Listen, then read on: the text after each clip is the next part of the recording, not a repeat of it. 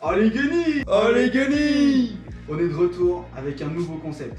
On aimerait bien parler un petit peu de bécanes, on aimerait bien parler un petit peu des histoires des bécanes. On a décidé de commencer aujourd'hui avec une marque qu'on connaît bien tous les trois, les petits loups, c'est Gaz Gaz. Qu'est-ce que t'as de beau à nous raconter sur Gaz Gaz? Exactement. Gaz, c'est bien beau, tout le monde en parle. Plein de choses. Mon petit Florian, sois patient, mets-toi bien à l'aise. Est-ce que vous connaissez la marque Bultaco, les gars? Inconnu au bataillon. Ah bah alors là, Bultaco, c'était une marque qui a commencé dans les années 50, en 1958, notamment avec des petits modèles, genre des motocyclettes, petites mobylettes et tout, avec des trials, des petits enduros et des petites bécanes de piste. Cette marque, elle a été aussi championne du monde avec différents pilotes. De 76 à 78, elle a été championne du monde avec Irjo Verstinen, quelque chose comme ça. Toujours plus compliqué les gars. Ah ouais, bah c'est clair. Sauf que la marque, elle a pas tenu. Donc du coup, en 1983, rideau fermé. Et il y a un monsieur du nom de Marc Tessier qui l'a récupéré. Et en 98, il a relancé la marque sous un autre nom qui est... Gaz Gaz. Gaz Gaz. Et bah c'est faux, c'est Cherco. Charcot. Ouais, On y était presque. Charcot. Charcot. Et j'expliquerai un peu plus tard dans une autre En vidéo. en quelle année? Mais oui, Tessier. mais putain. Ah oui, Marc tu m'as Tessier, c'est le fondateur de Charcot. Et tu m'as dit quelle année pour Charcot? 98. 98. En 98. Bah ouais, frère.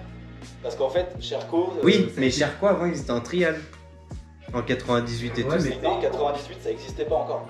Ça n'existait pas encore, Charcot. En fait, Marc Tessier, il a récupéré... Ouais, il a récupéré, si tu veux, Bultaco. Et il a récupéré, donc du coup, toutes les usines. Tous les stocks, toutes les pièces, tout ça. Mmh. Il n'avait pas le droit d'utiliser la marque Bultaco. D'accord. Ce qui fait qu'en fait, du coup, il a renommé la marque Cherco. En fait, la poubelle que vous voyez au fond, c'est une Bultaco. D'accord. Voilà.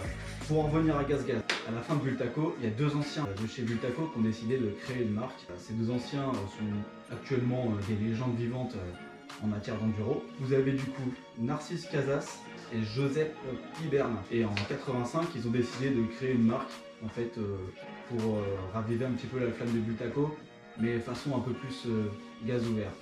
Et en fait, c'est de là qu'est venu le nom de Gaz Gaz. C'était en rapport en fait avec les cris que disaient les supporters aux pilotes. Gaz Gaz. C'est un délire. Ok. C'est comme ça que c'était créé. C'est tout con. Hein. C'est comme si nous créions une marque de bécane et qu'on disait shit dedans. Tu vois. Gaz Gaz, ouais, c'est vrai. En plus, en vrai, c'est total logique. Hein. Gaz Gaz. Gaz Gaz, c'est ça en fait. En vrai, ça a pas de nom, Gaz Gaz. C'est levé un matin, il a chié et il a dit vas-y, je vais mettre Gaz Gaz. Voilà.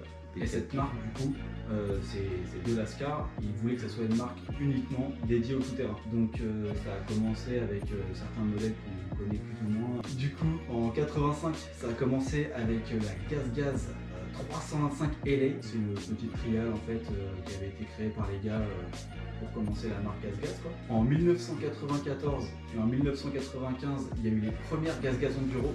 Donc c'était la 125 Supercross et la 250 EC qu'on connaît en fait. Ouais. Ils ont commencé du coup par 125 et 250. C'est ça. Enfin, arrivé à 325 avant. Du coup, Ouais, en enduro, il y avait que ça. En 1998, premier pas de Gaz Gaz en motocross avec du coup la 250 MC. Globalement, c'est pas une bécane qui a dû être beaucoup utilisée en motocross parce qu'on n'a pas trop entendu parler. Et enfin, la moto que je préfère en 2001, 300 Gaz Gaz. J'ai mis tout le monde d'accord, ça va être tout. Une des meilleures motos d'enduro de tous les temps. Très fiable niveau moteur. c'est sûr que pour le coup, les moteurs sont fiables. Est-ce que vous saviez, petit fun fact, hein, que jusqu'à 96, Gaz Gaz fabriquait pas ses moteurs? Et est-ce que vous saviez qui fabriquait les moteurs de Gaz Gaz? Je sais pas, j'aurais dit une marque à la coup. Une marque très à la TM. Oh le bâtard, il est chaud. TM Racing. Depuis le début en fait jusqu'à 96, c'est TM Racing qui fabriquait les moteurs de Gaz Gaz. C'est pour ça qu'à partir de 2001, ils étaient fiables. Et est-ce que vous saviez aussi qu'une couleur était attitrée à chaque Gaz Gaz jusqu'à 2007? Le jaune C'est pour les 125 et les 200, le rouge pour les 250 et le bleu du coup pour les 300. Et en fait à partir de 2007, elles sont toutes passées en rouge. Ça À partir de 2007, À partir de 2007, toutes les Gaz Gaz elles sont passées en rouge. Et enfin, dernier petit fun fact qui me fait un petit peu rire. Est-ce que vous saviez aussi que Gaz Gaz il fabriquait des motos pour le motoball? Pour les coups? Le motoball, vous connaissez pas le motoball? Tu sais, c'est les mecs qui sont sur des bécanes, ils font du foot sur les bécanes. Ah si, oui, c'est bon. Et bah ils fabriquent des bécanes de série pour le motoball. ah ouais. Je te jure, c'est incroyable. Ouais, faudrait qu'on aille essayer d'en faire ça. Du Bah, motoball. c'est clair. Gaz Gaz, tout au long de son histoire, a connu différents rachats par différentes marques en fait. En gros, le premier rachat, en fait, c'était pas vraiment un rachat, c'était une fusion entre GazGaz et Ossa Racing, encore une marque de trial, si vous voulez. Du coup, c'était en 2014 et le groupe a été racheté en 2019 par Rieju et par KTM. Et du coup, KTM, eux, ils ont racheté la marque et Rieju, ils ont racheté du coup le process de fabrication, les usines, ainsi que tout le stock de pièces. Et ce qui fait qu'à partir de 2019, Rieju, c'est des GazGaz. Ils ont récupéré tous les anciens plans, c'est des GazGaz. Tu vois, ce qui me fait rire, c'est que tout à l'heure, tu disais que les gars qui avaient créé la marque GazGaz, ils voulaient que ce soit des motos uniquement tout terrain. Et au final, KTM, ils sont venus, ils ont acheté la marque GazGaz et ils font des putains de super motards. Et c'est des Donc, GazGaz, alors qu'en fait, c'est pas vraiment des GazGaz. C'est pas un GazGaz, quoi. C'est ce que je veux dire. C'est un peu contre-productif. Avec ce que les gars ils voulaient de base de l'image de leur marque, elle a un peu divagué sur autre chose. Il n'y a plus du tout d'idée. Et Et du coup, toute l'image de marque a été rachetée par KTM, alors que du coup, c'est Rieju qui a repris tout. Tu vois le délire? Ouais, mais ouais. Et c'est pour ça que que t'achètes une Rieju ou une GazGaz de 2019, au final t'as la même moto. C'est en 2019 que c'est passé à KTM. Ah oui, donc t'achètes une GazGaz 2018, c'est une Rieju de maintenant. C'est ça. T'as que les participes et tous les périphériques qui diversent. C'est ça. Mais tu prends le nouveau super mode GazGaz, c'est Ah le bah oui. 690 SMR de chez KTM. GazGaz à l'heure actuelle, c'est pas GazGaz du tout. C'est terrible ce qui se passe là. Si KTM ils faisaient des bonnes motos, ils auraient pas eu besoin de racheter GazGaz. Ils se seraient cantonnés à KTM. Mais on va pas fâcher ceux qui adorent les KTM. Mais Ceux qui adorent les KTM. tu prends, ça n'a rien à voir avec le sujet, mais tu prends le Volkswagen. T'as Skoda, c'est le groupe qui a racheté. KTM, C'est comme KTM, hein, et ça va être ça dans les années à venir, ça va être que ça. KTM, c'est le Volkswagen de nouveau. C'est clairement ça, parce qu'ils font tout. Ils font de la bécane de route, ils font de la bécane de piste, de la bécane de cross. Ils font juste pas de trial. Ça pour dire que la belle époque de GazGaz, elle est bien derrière nous. La belle époque de GazGaz est révolue. On n'y reviendra plus. Mais Mais des bécanes avec des moteurs qui n'ont pas trop de frein. c'est vrai que ça traînait pas beaucoup. Mais c'était quand même Ça agréable vibrait à rouler. beaucoup. Ça vibrait. Les carénages d'origine très solide. Enfin, pour ma part, en tout bah, cas. les carnages d'origine, c'est fait. Tu vas pas me la péter avant la vente. Mais ouais, non, GazGaz dans l'ensemble, c'est des bonnes bécanes. Ça marchait bien pour l'époque. Après, oui, nous, on a roulé avec les GazGaz récemment, donc forcément, bah, comparé à ce qui se fait à côté, c'est des motos qui sont un peu passées, mais encore que ça tient quand même Ah ouais, parce que largement notre bécane, quoi. à chaque rando qu'on fait, mec, il y a tout le temps des GazGaz. Hein. Il y a tout le temps encore des GazGaz Bah ouais. de 2000, entre 2000 et 2004. Et les mecs, ils roulent toujours. Hein.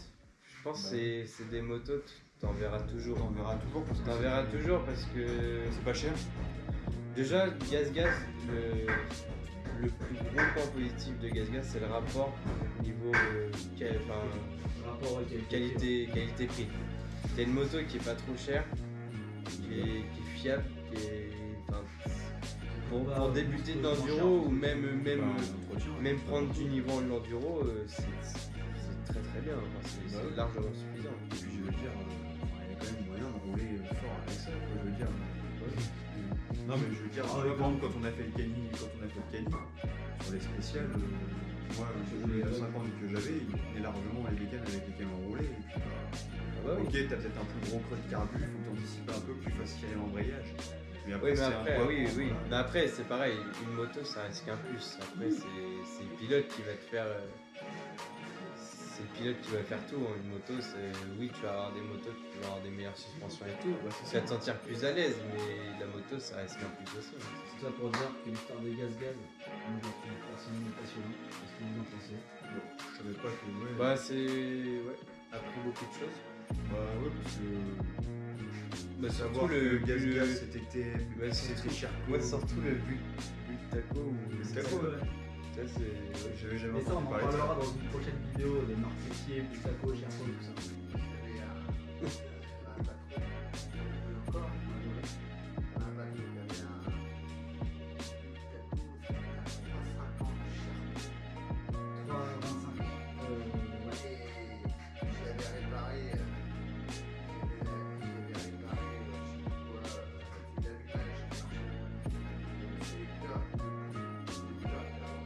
Oh, quelle merde!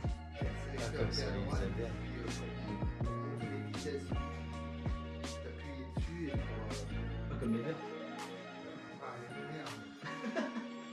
Bon, j'espère que la vidéo vous a plu. J'espère que j'ai réussi à vous divertir le temps de cette vidéo. Bah les écoute, enfants. hein. Non mais ouais, c'est vrai que c'était intéressant. J'avoue que moi j'ai roulé sur une gaz-gaz, mais je me suis jamais posé la question de savoir d'où est-ce que ça venait, pourquoi, comment, la date de création. Je savais que ça avait été racheté par KTM, mais parce que c'est une info récente. Pour ça, gaz, parce qu'ils étaient deux. Tiens, il y aurait eu que gaz.